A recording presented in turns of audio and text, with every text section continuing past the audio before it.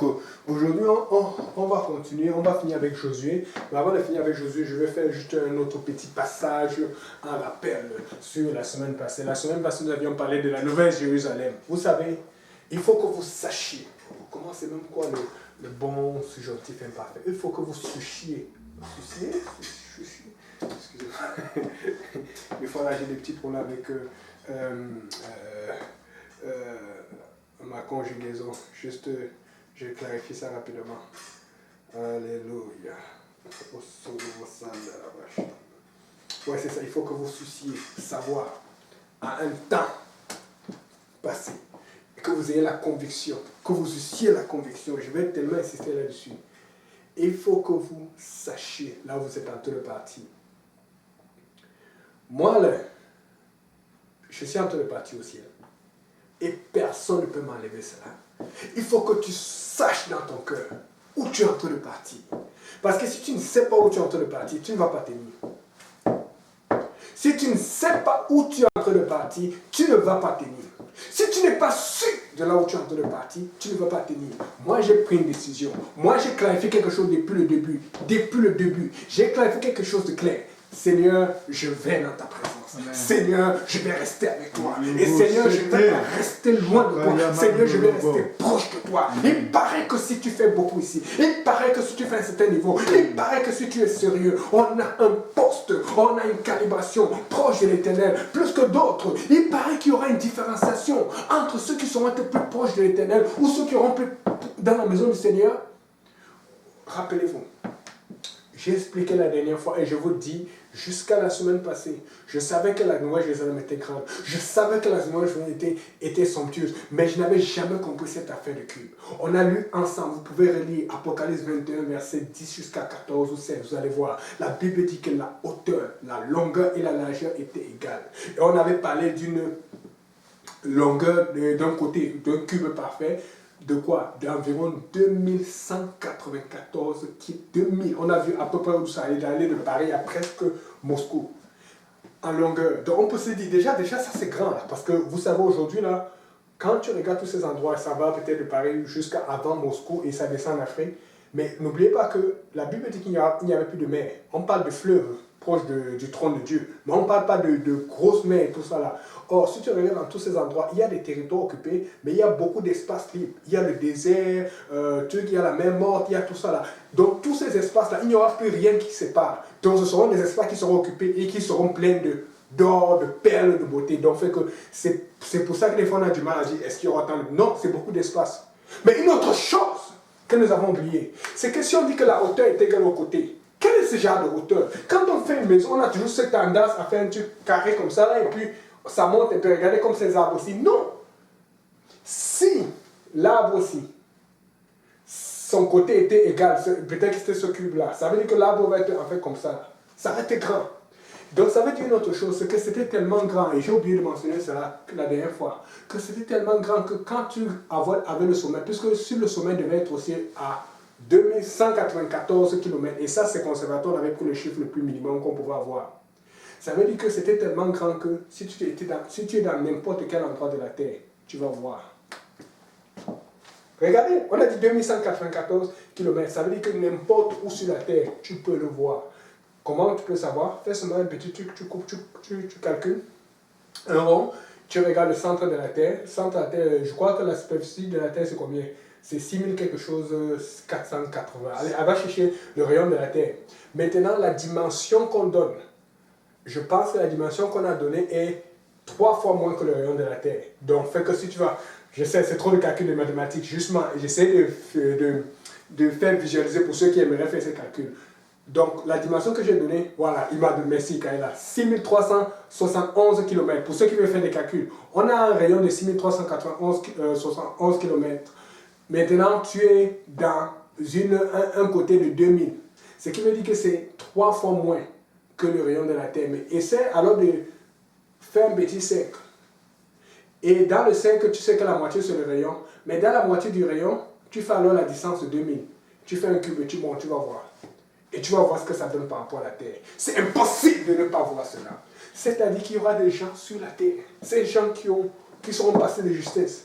tous les Juifs vont voir cela. Et quand il y aura tant d'adoration, quand il y aura tant, comment les appeler, ou se proche du trône, ou se à l'extérieur des murs, je ne sais pas. Quand il y aura tant d'adoration, ils n'auront pas besoin qu'on prenne l'avion ou qu'on prenne le bus. Ils auront juste à marcher en avant.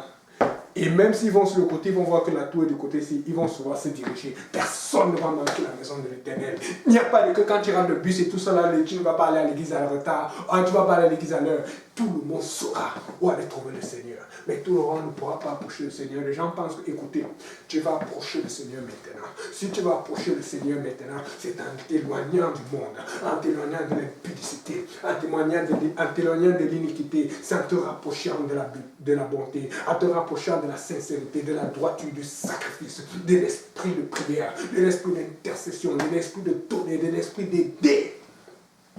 Parce que quand tu fais cela, tu es en train de toucher le cœur de Dieu. Et tu es en train de faire travailler le Seigneur. Et le Seigneur te rencontre tout le temps. Et quand le Seigneur te rencontre tout le temps sur cette terre, parce que tu es toujours dans les combats, parce que tu es toujours dans la souffrance, tu es dans l'injustice des autres à cause de la justice de Dieu. Les autres sont esclaves du péché, mais toi, tu n'es pas esclave du péché, tu es esclave de la justice. Le Seigneur te rencontre tellement. Le Seigneur te voit tellement souvent. Il est souvent avec toi qui dit, écoute, si je te vois autant sur cette terre, si je parle avec toi autant en prière, en situation, parce que tu intercèdes pour les gens, pourquoi je ne vais pas te voir autant de l'autre côté? Si tu ne vois pas autant le Seigneur maintenant, tu ne le verras pas autant là-bas. Si tu veux conditionner ta vision du Seigneur, si tu veux conditionner ta participation avec Dieu, si tu veux conditionner ta...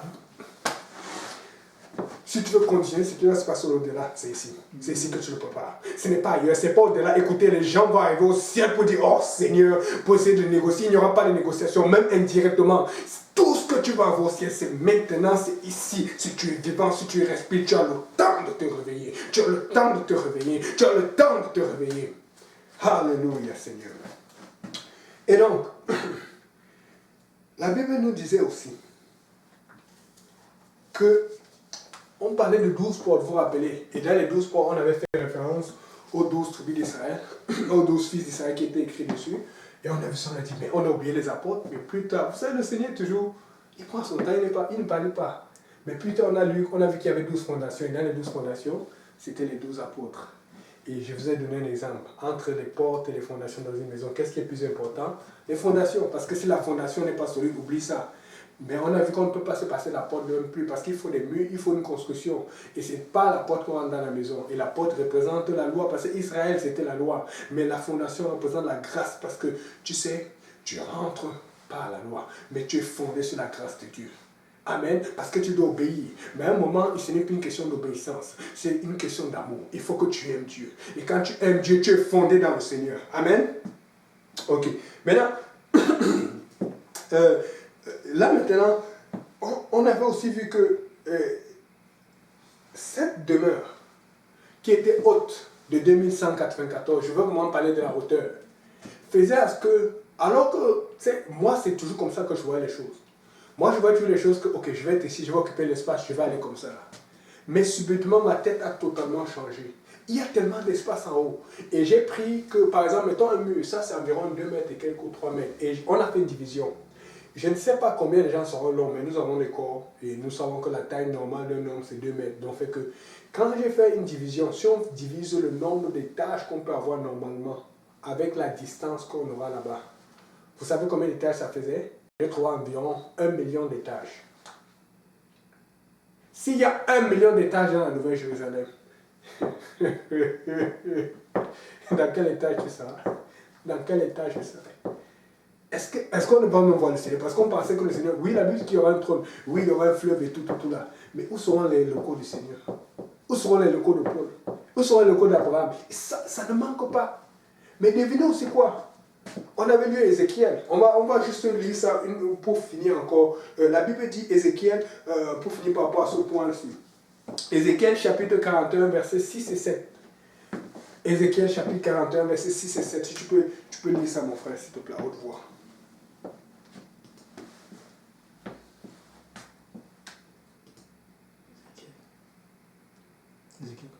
Chapitre 41, versets 6 et 7.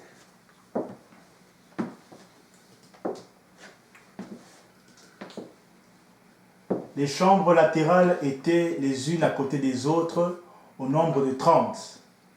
Il y avait 3 étages, elles entraient dans un mur construit pour ses chambres tout autour de la maison. Elles y étaient appuyées sans entrer dans le mur même de la maison. Verset 7. Les chambres occupaient plus d'espace à mesure qu'elles s'élevaient et l'on allait en tournant. Ok, c'est bon. La Bible dit les chambres occupaient plus d'espace à mesure qu'elles s'élevaient. Je vous rappelle que quand tu regardes, quand tu commences à partir d'Ézéchiel 40, tu vois les coudées qui sont utilisées. Ça, c'est un petit modèle des chambres dans le ciel. C'est un petit modèle de ce qu'on va voir, une idée. Donc, que maintenant, nous avons regardé le grand modèle avec les grandes dimensions. Maintenant, tu as une dimension grande, carré, et qui va monter. Ce qui veut dire que si quelqu'un a sa chambre au premier, au deuxième ou troisième étage, normalement, plus tu montes, plus ces chambres seront grandes. C'est-à-dire que Dieu a prévu que peut-être, est-ce qu'on va aller chez Paul aura comme une ville à lui seul? Je ne sais pas. Des fois, on dit qu'il y a des rochers. Écoutez, moi, j'ai dit, Seigneur, je vais être un rocher. Que tu sois un soeur, que tu sois un frère, qui que tu sois, tu peux être un rocher dans la maison du Seigneur. Quand les gens vont passer, on va dire, pourquoi il a tout ça? Dieu va faire quelque chose. On voit seulement comment il se faisait piquer, comment il se faisait insulter, comment il se faisait moquer. Et c'était comme, il voulait devenir rouge, il voulait devenir fâché. Il se rappelait, le Seigneur a dit, il commence. Je t'aime mon frère, je t'aime ma soeur. La personne qui te pique, je t'aime. Pendant regarde ton couteau, je t'aime quand même. Et puis on va monter, on va dire que waouh, waouh.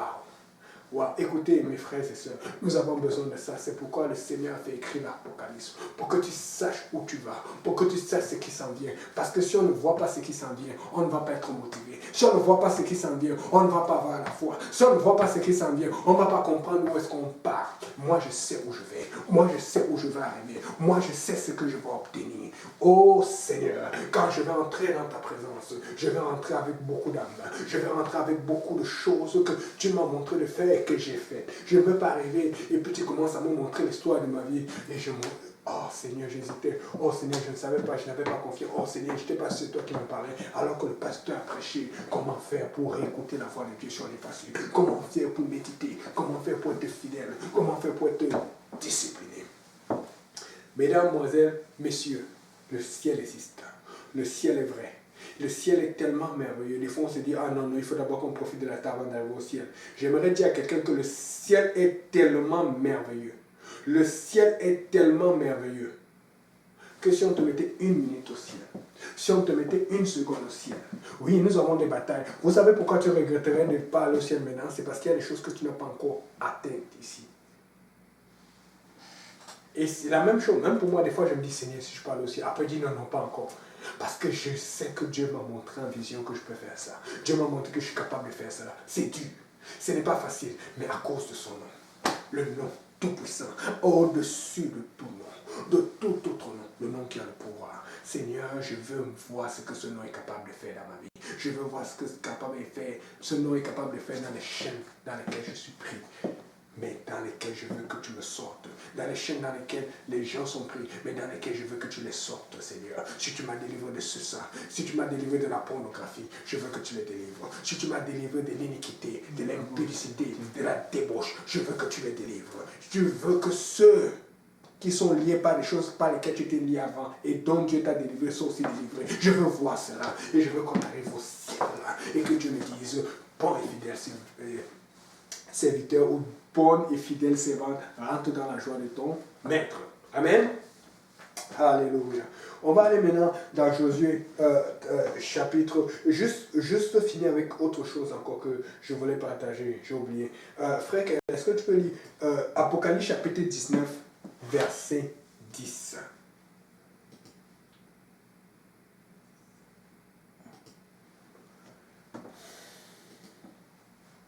Et je tombais à ses pieds pour l'adorer, mais il me dit, garde-toi de le faire. Je suis ton compagnon de service et celui de tes frères qui ont le témoignage de Jésus. Adore Dieu.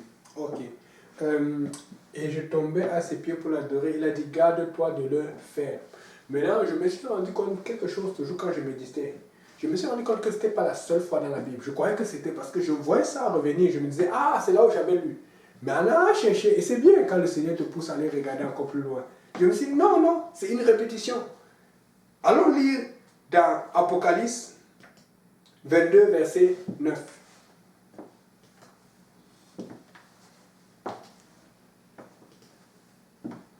Mais il me dit, garde-toi de le faire. Je suis ton compagnon de service et celui de tes frères, les prophètes, et ceux qui gardent les paroles de ce livre. Okay. Adore Dieu. Parce que là, il est encore très ému. Là, le 22, la nouvelle Jérusalem vient de descendre.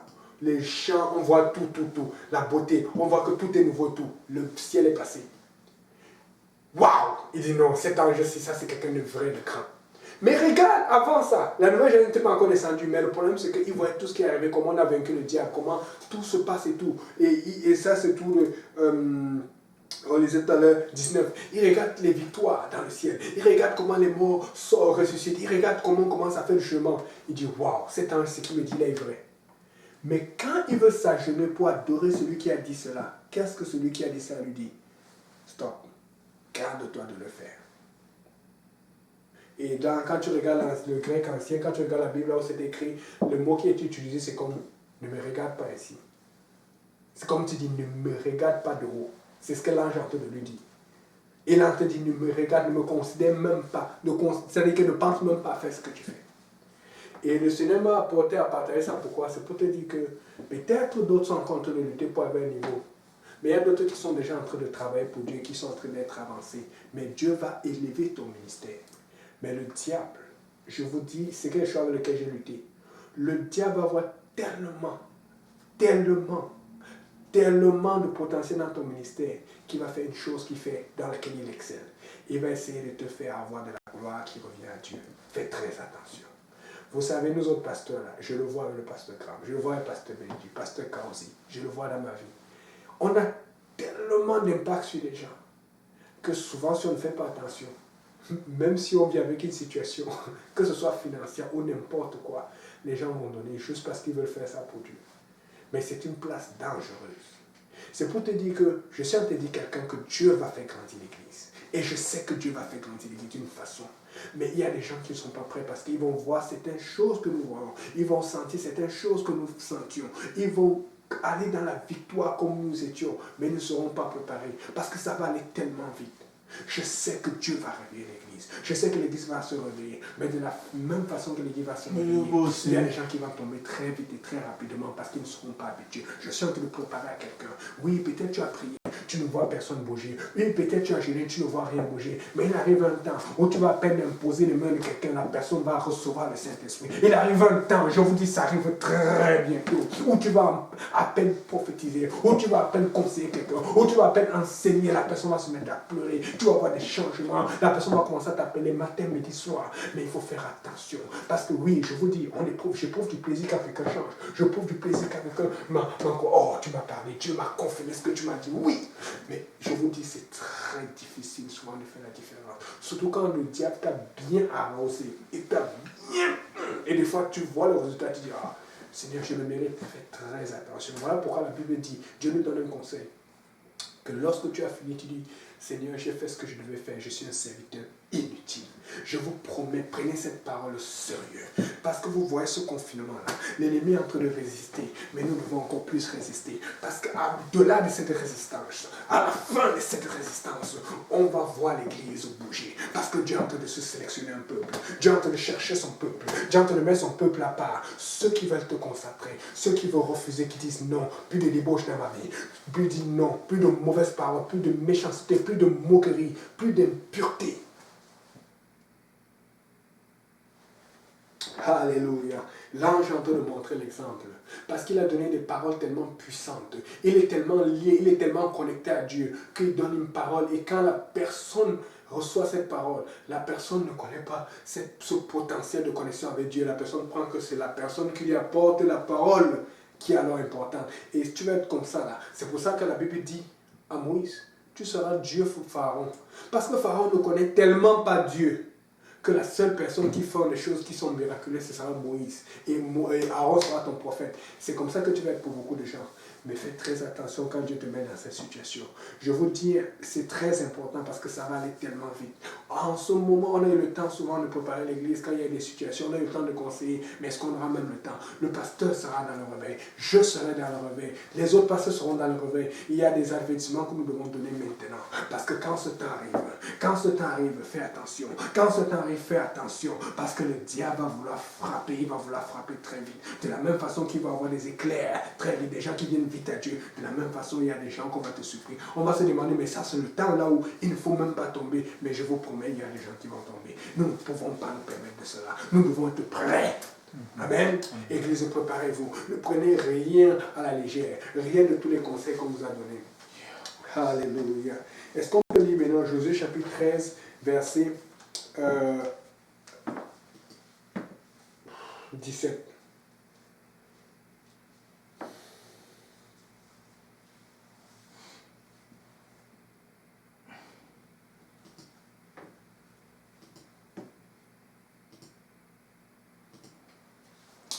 Epson et toutes ses villes dans la plaine, Diban, Bomatbal, Beth-Bal-Méon.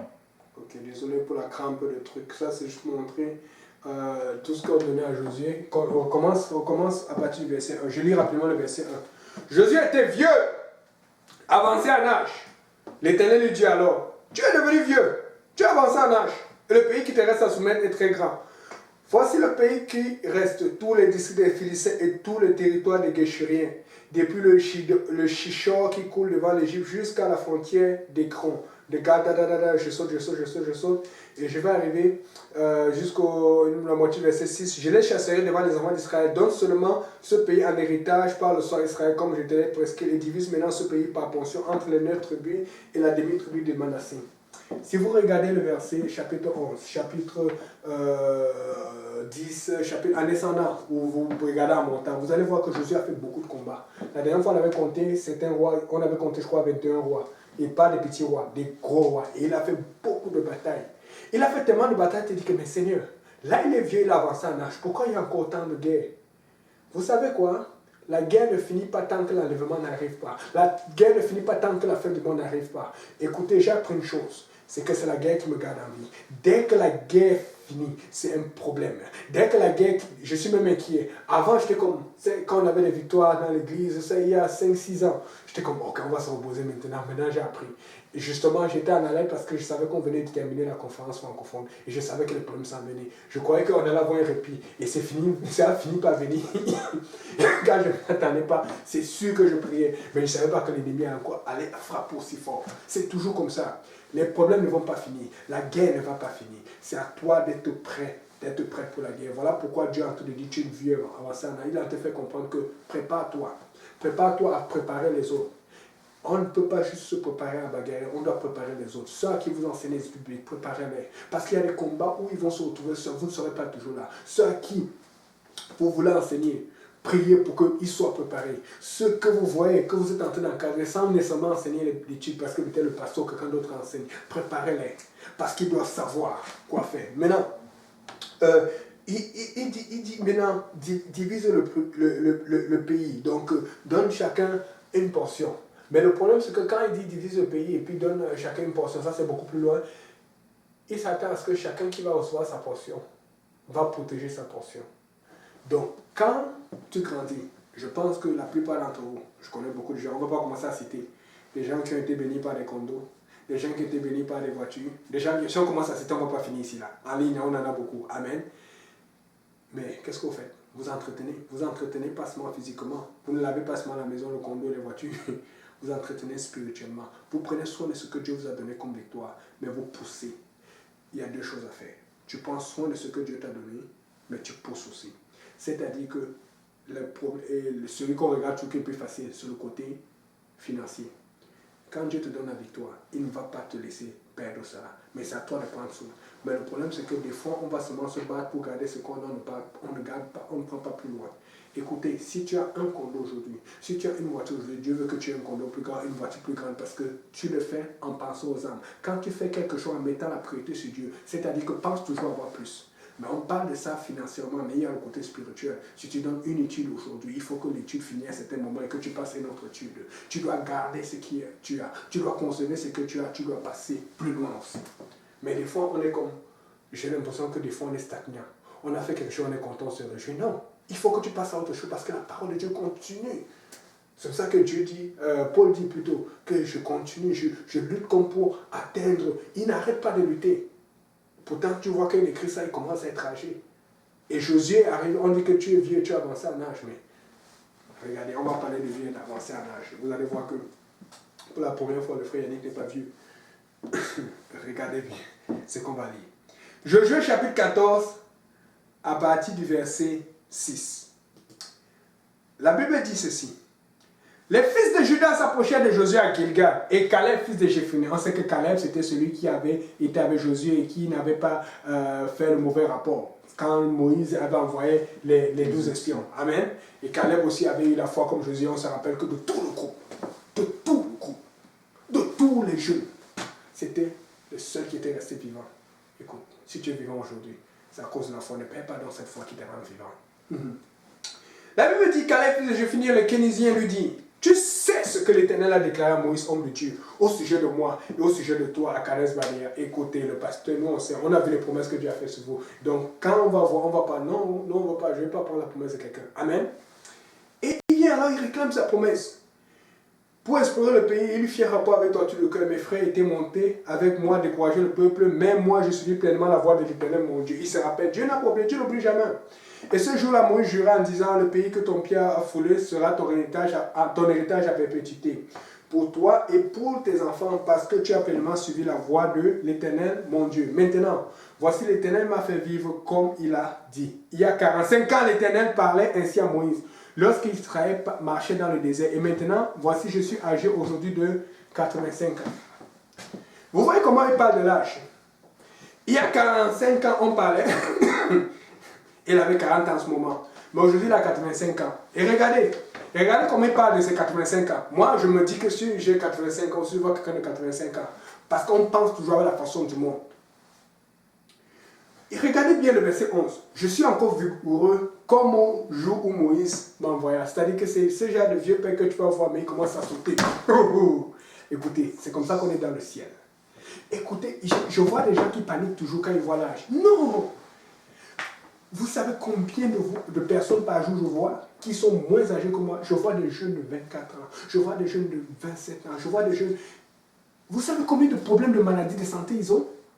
Est-ce que tu sais à quel point, écoutez, quel que soit l'âge que tu as, ton âge, le nombre ne compte pas. Ce qui compte, c'est ton âge spirituel. Quelle est ta détermination de servir Dieu? Qu'est-ce qu'il a rendu aussi en forme à 85 ans? C'est sa puissance dans le Seigneur, sa vitalité, sa vigueur dans la prière, sa régularité dans la prière, sa régularité dans l'évangélisation, dans le ministère. Quand tu travailles pour Dieu, tu ne te rends même pas compte. La Bible dit que ceux qui sont en l'Éternel renouvellent leur force. Tu n'as pas à t'inquiéter. On n'a pas les mêmes problèmes que ceux du monde. Quand tu es enfant de Dieu, à condition que tu fais ce qu'un enfant de Dieu fait, tu n'as pas à t'inquiéter. Voilà pourquoi il s'élève une génération. C'est ce qui s'est passé avec Israël quand ils étaient en Égypte. Non seulement ils ne commettaient pas, comment on appelle ça, les avortements. C'est pour ça qu'ils ont grandi beaucoup. Ils étaient 70, ils sont devenus plus nombreux que les Égyptiens. Mais en plus, dans leur façon de manger, dans leur façon de faire, dans leur façon d'agir, ils étaient bénis par Dieu. Donc, fait qu'ils mouraient moins vite que les autres. Écoutez, si vous regardez la génération, regardez, j'ai fait des comparaisons. Je me rappelle, moi, j'ai regardé le pasteur Graham et j'ai regardé quelqu'un d'autre qui avait un peu plus d'âge, qui était plus âgé que le pasteur Graham, mais qu'on essayait de sauver. Mais j'ai dit, hey, ça ne fait pas de sens. C'est totalement contraire. C'est comme la personne qui avait un peu plus haut, parce que là, le pasteur Graham était comme 2 fois plus vieille. C'est incroyable. Parce que quand tu es toujours occupé aux affaires du Seigneur, c'est ça ta jeunesse, c'est ça ta vigueur. Il y a un qui avait 85 ans. C'est-à-dire que ça faisait, à 80 ans, il pensait déjà à sa promesse. À 45 ans, même il disait que le Seigneur m'a promis.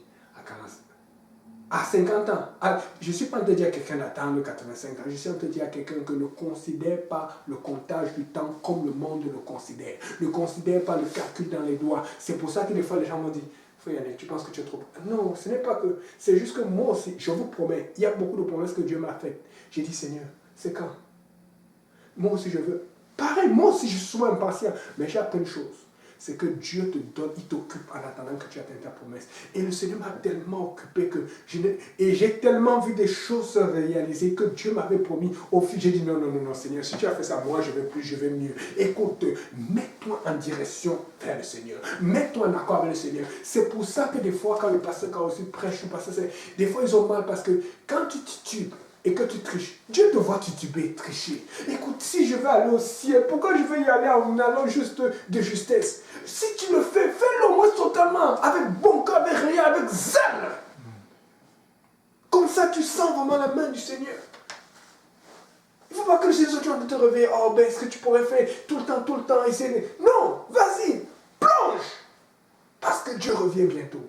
Et il va faire certainement ce qu'il a promis de faire pour toi. Amen.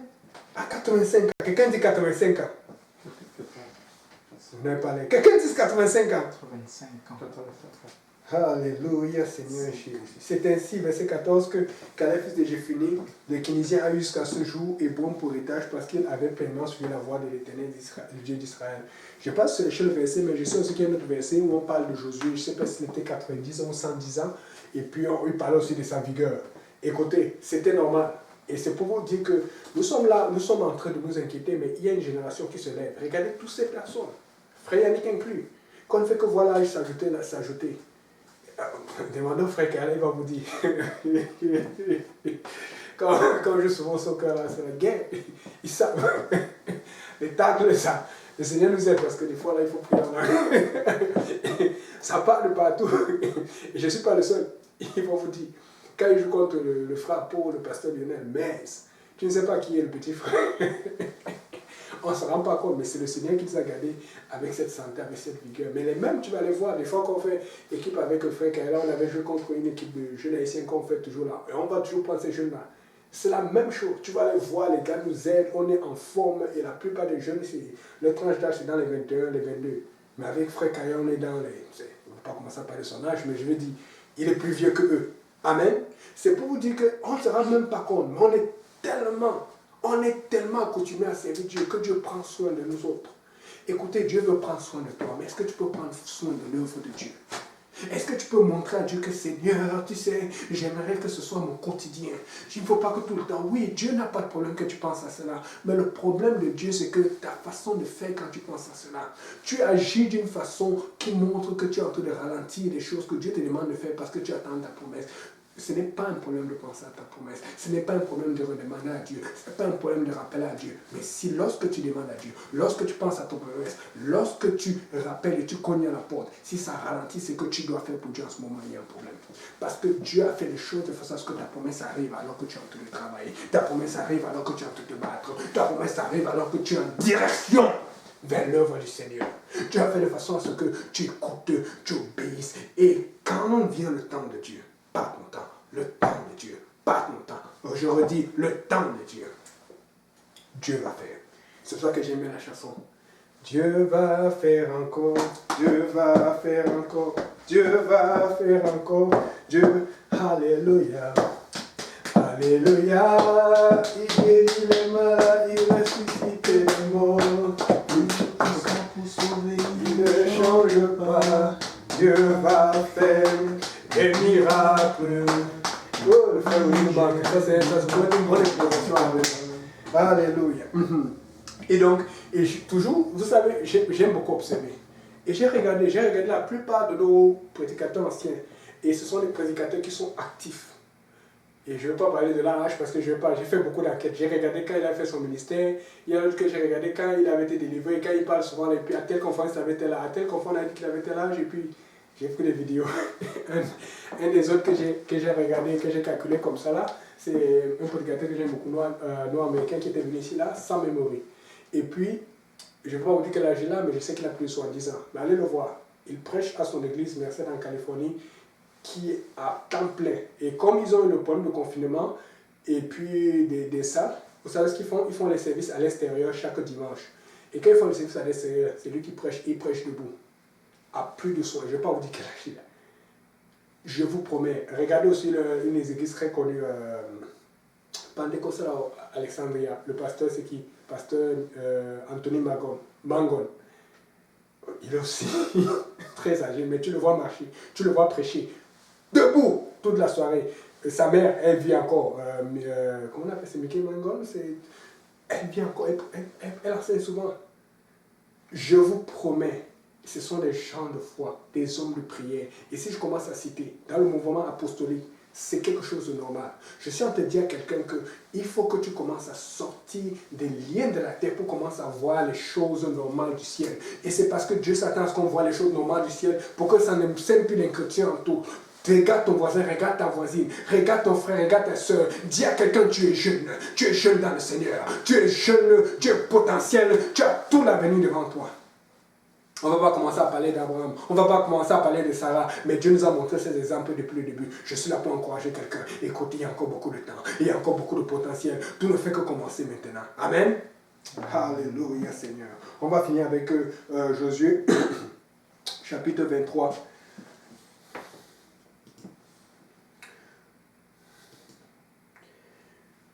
Ok, la Bible dit verset 1. Depuis longtemps, l'Éternel avait donné du repos à Israël en les délivrant de tous les ennemis qui l'entouraient. Josué était vieux, avancé en âge. Alors Josué convoqua tout Israël, ses anciens, ses chefs, ses juges et ses officiers. Il leur dit, je suis vieux, je suis avancé en âge. Vous avez vu tout ce que l'Éternel votre Dieu a fait à toutes les nations devant vous. Car c'est l'Éternel votre Dieu qui a combattu pour vous. Voyez, je vous ai donné en héritage le sort selon votre but, ces nations. L'Éternel, verset 5, l'Éternel, Dieu les repoussera devant vous et les chassera devant vous et vous posséderez le pays comme l'Éternel votre Dieu vous l'a dit. C'est-à-dire que tout ce que Dieu a promis ici pour toi, dans le Québec, pour bénir ce peuple à cause de toi, pour bénir une partie de ce peuple à cause de toi, pour bénir tes voisins, pour bénir tes compagnons, pour bénir ton entourage à cause de toi, Dieu va le faire. Mais regardez ce qu'il dit pour que Dieu le fasse. Verset 6. Appliquez-vous avec force à observer et à mettre en pratique tout ce qui est écrit dans le livre. Il n'a pas seulement dit appliquez-vous. Ça, c'est très important. Regarde ce qu'il dit. Appliquez-vous avec force. C'est-à-dire que si tu... C'est quelque chose... Est-ce que tu as une Bible? Donc, c'est écrit dans un livre. Il dit c'est écrit dans un livre. Mais si tu veux pouvoir appliquer cela, mets-y la force, mets-y la détermination, mets-y l'effort. Tu ne vas pas juste te lever comme ça, tu vas prendre la Bible, tu dis, ok, c'est ça, je vais faire. Non. Il sait que ça va dépendre de l'attitude. Parce que s'il est arrivé étant vieux, s'il est arrivé avancé en âge avec les promesses de l'Éternel, c'est parce qu'il a dû mettre de la force et de l'effort avec cela. Et il est en train de transmettre ses conseils au peuple. Il dit, appliquez-vous avec force.